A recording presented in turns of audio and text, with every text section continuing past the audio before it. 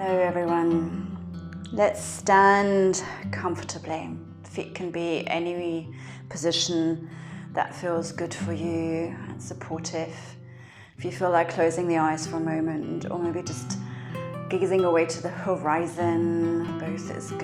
And we take a moment here to arrive and to settle, just feeling our vertical axis, feeling gravity.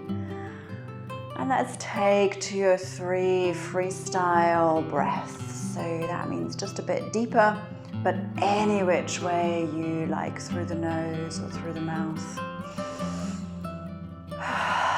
With a sigh or without a sigh, without a voice, with voice.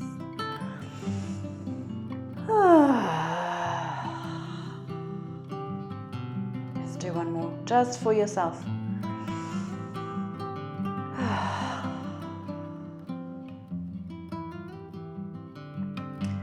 I'd like to share a joint freeing practice in this first part of my offering here. So we start simply picking the heel of the floor and we circle around the ankle. We have a choice here. We can shift a little bit more weight down through that foot and you'll feel it a little bit more strongly in the foot itself. Or if it feels better, you can stay on your standing leg and then focus might be a little bit more on the range of movement through the ankle. Let's change direction. And you can play with both as well. And from here we turn the leg out to the side. We come up onto the very tip of the toe and roll over the toes. And then up and back and up and over. So you'll see I'm not practicing even on my yoga mat or anything because it's not necessary. But for this one for sure it's nice to have a little bit of padding. So this rug is just serving me fine. And here we also have the choice to let that run a little bit. The reason I turn the leg out to the side is so that the little toe also has a little chance to join in with the action here. And then we place the foot back down, stand on it mindfully, and we take a moment here to observe, how does that feel? Can you feel the difference in the left foot and the right foot? But how far up can you feel the difference? So for me it goes kind of all the way up to the waist, even that I feel already an effect of just those 2 very simple moves. So let's balance that out. We go to the other side. Again, decide how much weight you want to put down through that foot. And when we circle, we say hello to the ankle, waking it up a little bit. I'm a great fan of these joint freeing practices, and every Eastern practice I've ever come across has some form of joint freeing sequence. Let's change direction, go the other way. We can free up so much stagnation and the kind of stuckness and stiffness and sluggishness in the body with this really simple practice. And let's turn the knee out to the side and we come up onto the tip of the toe and over and up and back. Again here, don't put too much weight down through that. If your toes don't like it, stay steady on your standing leg. And of course you could also be holding onto something. You could have a chair or a wall, piece of furniture. I quite like letting it run, but that's optional. You can also just place it and go slower. Whatever feels good for you here. And then we place that foot down as well. Stand through both feet for a moment. And here I like to observe the sensations in the soles of the feet and just a level of awareness that's kind of changed a little bit in how I'm perceiving the structure of the rug, for example, through the soles of the feet. For this one, for the next one, I have my feet quite parallel. And then bend the knees over the toes, keeping the heels on the floor.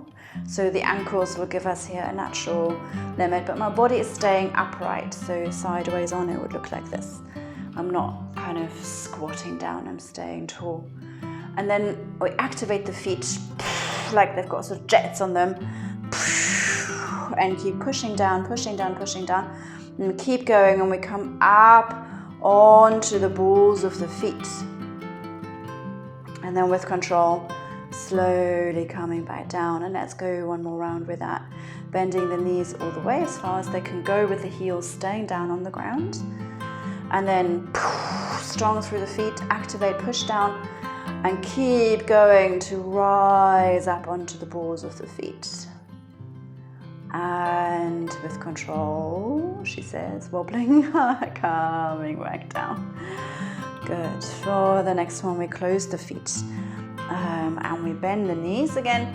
And I'm placing my hands down on top of the knees and actually giving a little bit of weight down through them. And so from here, we bend the knees a little bit more, bringing the knees forwards. And then we circle them round to the right and come back. Forwards and out to the right. The feet want to be nice and active here to support you. Forwards and to the right. And you've got a choice here. You can go quite deep or you can keep it quite contained. Both is absolutely fine. But I usually stay here for quite a few rounds. So I want to make sure that whatever version I choose for myself, that I can sustain it.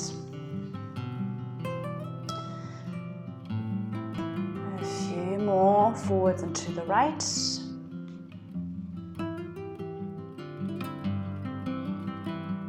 And then we change direction. We go forwards and to the left. Forwards to the left. Forwards to the left. So with this one, we already feel like energy being pumped around the body a little bit. We are getting a little bit warmer. We might feel a change in our breath. I can feel it as I'm talking. Let's do a couple more rounds. I didn't actually count, so I felt the same amount left and right. One more. And then we come up. Oh, let the body go. Ooh, that's better. Let's take the feet a bit wider. Take a moment here. Take a breath.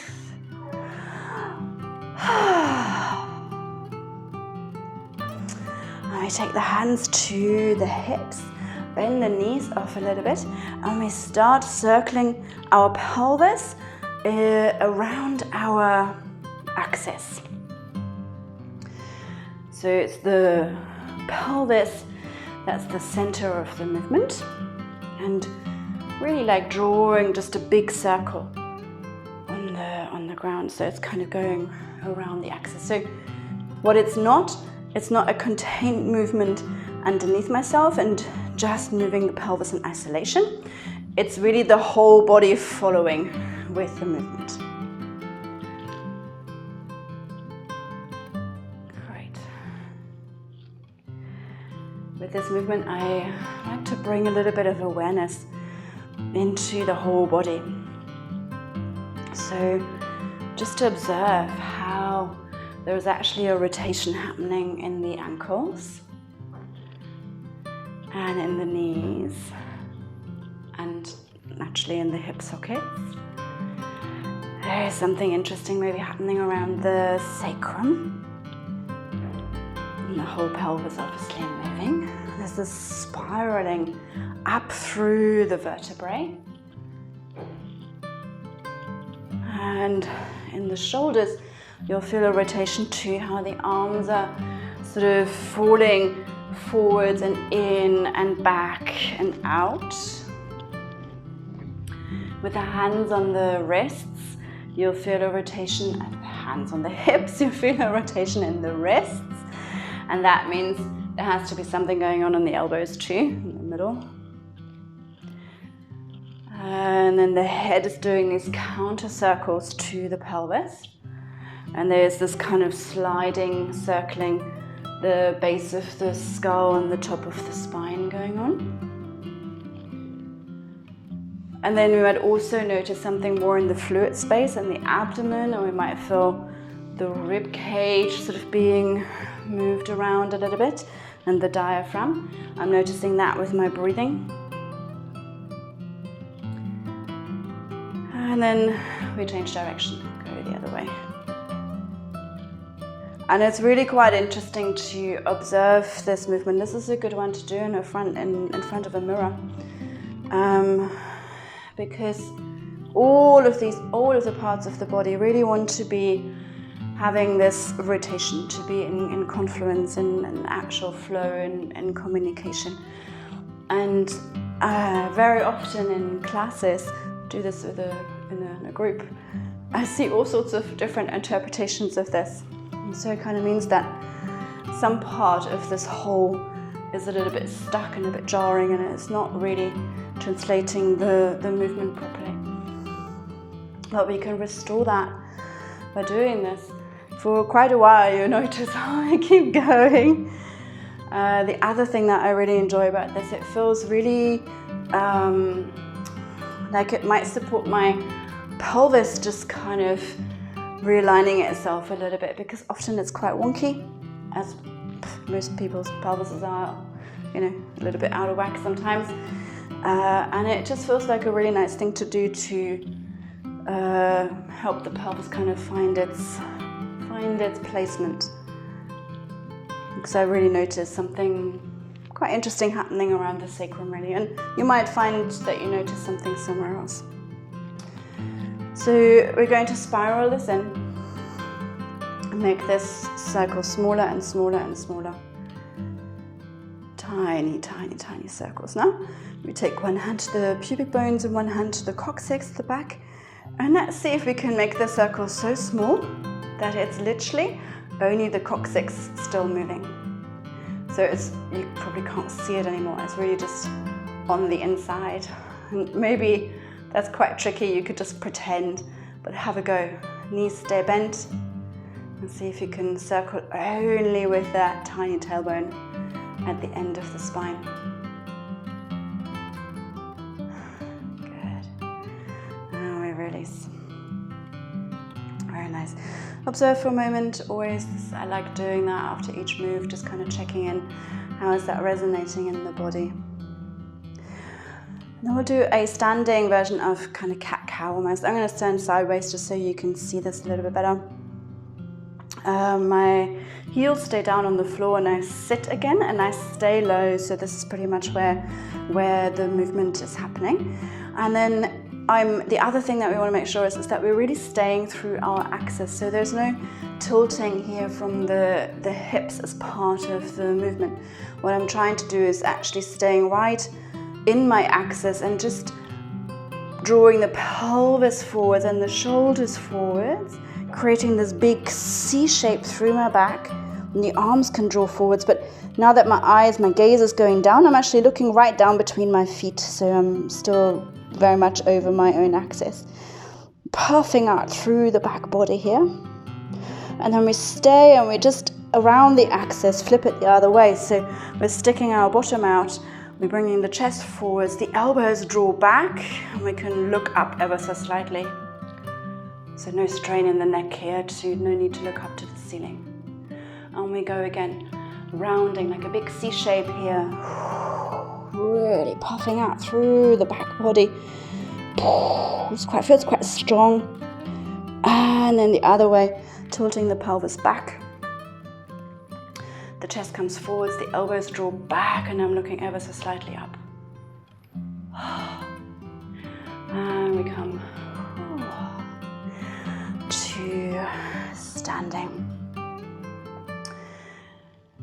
I'm going to use a little mudra here, and so I'm placing the pads of the index finger and the thumb together, and I'm pushing them out.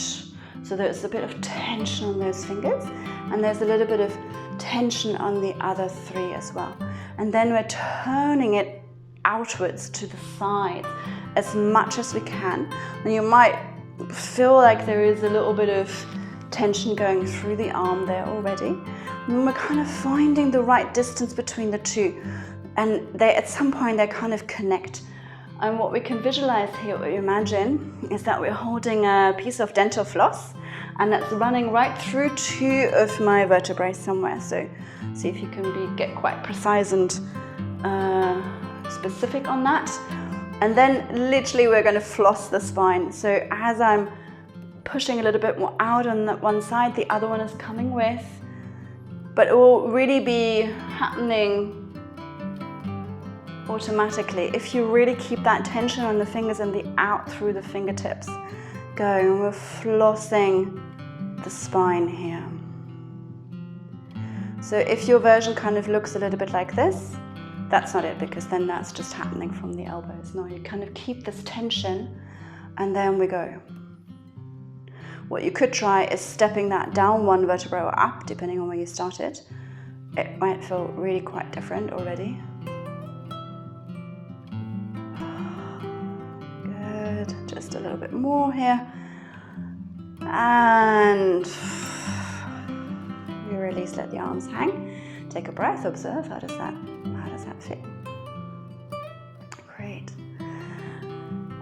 With the arms hanging, we're going to shake the arms out. And that's not shaking like this, like something, I want to shake something off my hand. No, it's more a rotation of the arm around its own axis. And then we shake it. So kind of just letting all of these wobbly bits wobble. Wobble, wobble, wobble. And we're going to do big breathing with this. Inhale through the nose, sharp. And blow the air out. 4 more. 3 more. 2 more. 2 more. Last one. And letting that hang. And relax. Take an easy, normal breath here. Good. And then we're going to interlock the fingers. And then we're going to change the cross so the other thumb comes on top.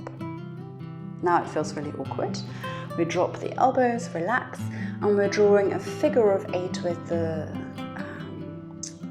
the hands, very slowly, so that we can really try and get through the full range of movement in the wrists, forwards and back. So that figure of 8 is kind of lying on the floor in front of you like this.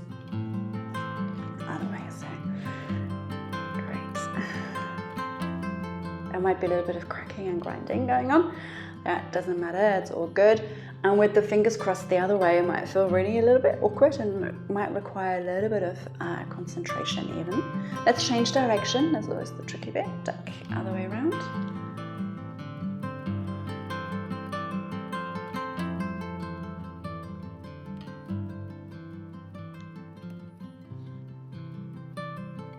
Great, and we release, and as we release, just feel what that's like from the hands up through the arms, all the way to the chest.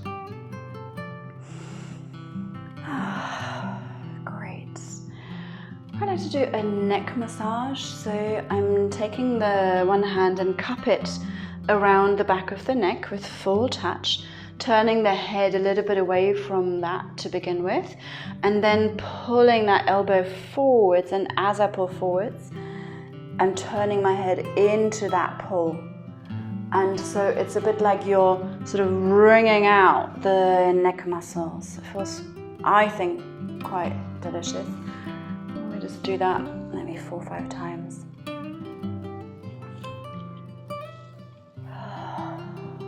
So with your head and your neck, you're sort of leaning back into that hand as it massages the neck.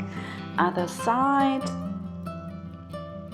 If you find this is a little bit tricky in your shoulder because maybe you've got something going on there, really turning the head away to begin with makes it much easier, and so try that. And then you really get more of the wringing out as well. And let's release that. And I'm going to do some head circles. However, I'm going to make them tiny. So the smallest head circle you've ever done.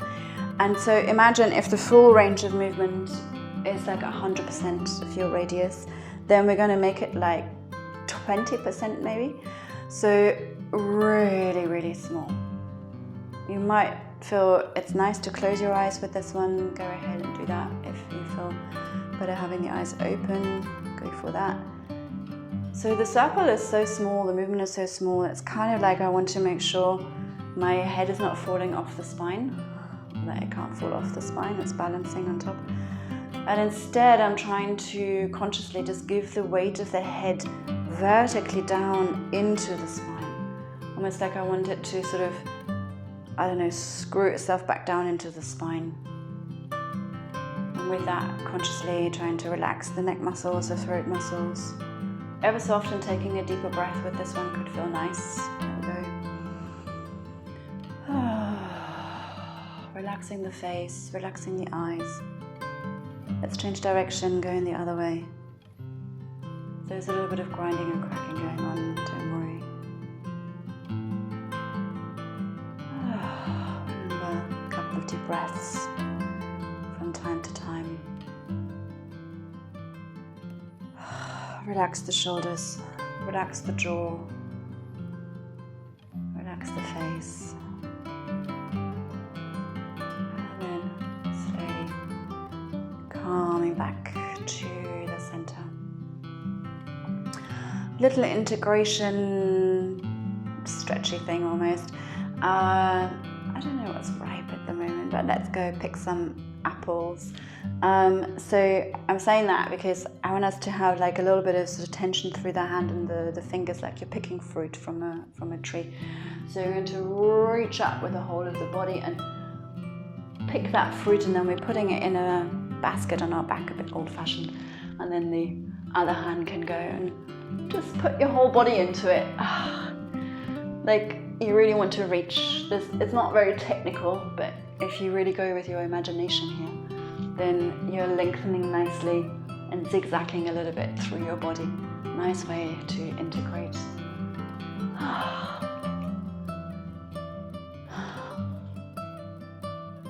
One more, right at the top of the tree. Good. And release that.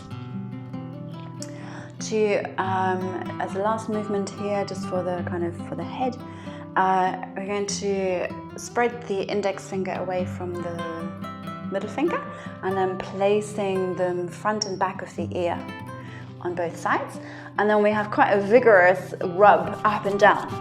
Open your jaw for that, open your mouth so the jaw relaxes, breathe and go through it.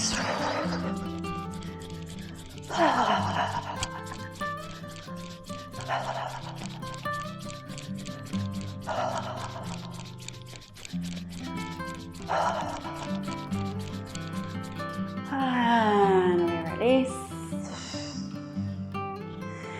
And as a final all integration, going back to the feet and the legs, and going to do a really sharp kick.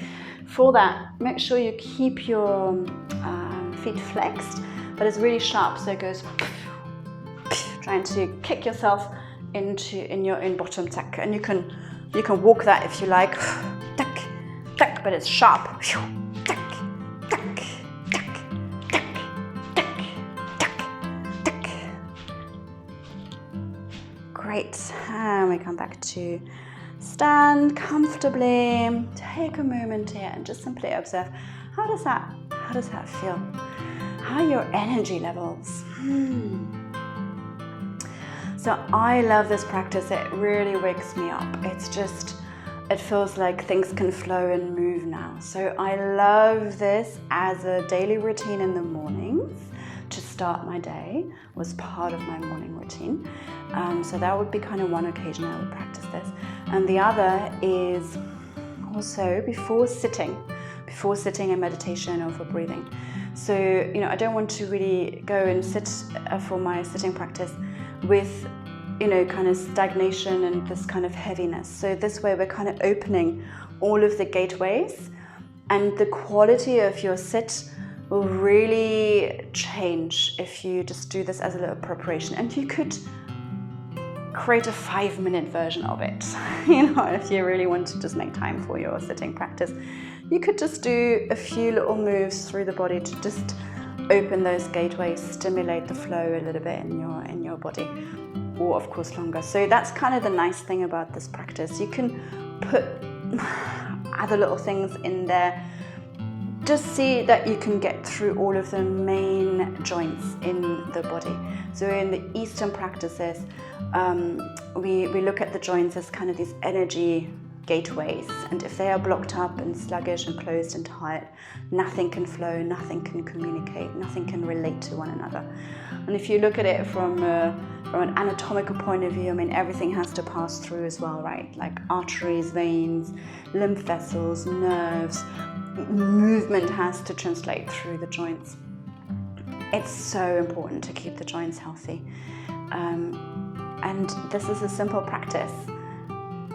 Really feeling super fresh now, and I can go about enjoying the rest of my day now. So have a go. You can follow this or make your own version and comment, let me know, get in touch how you're finding it, or if you got an extra couple of moves that you really enjoy that are in line with this kind of practice that work for you. So love to hear some other ideas. Thank you so much. My name is Katrin Heuser. Thank you so much for joining me.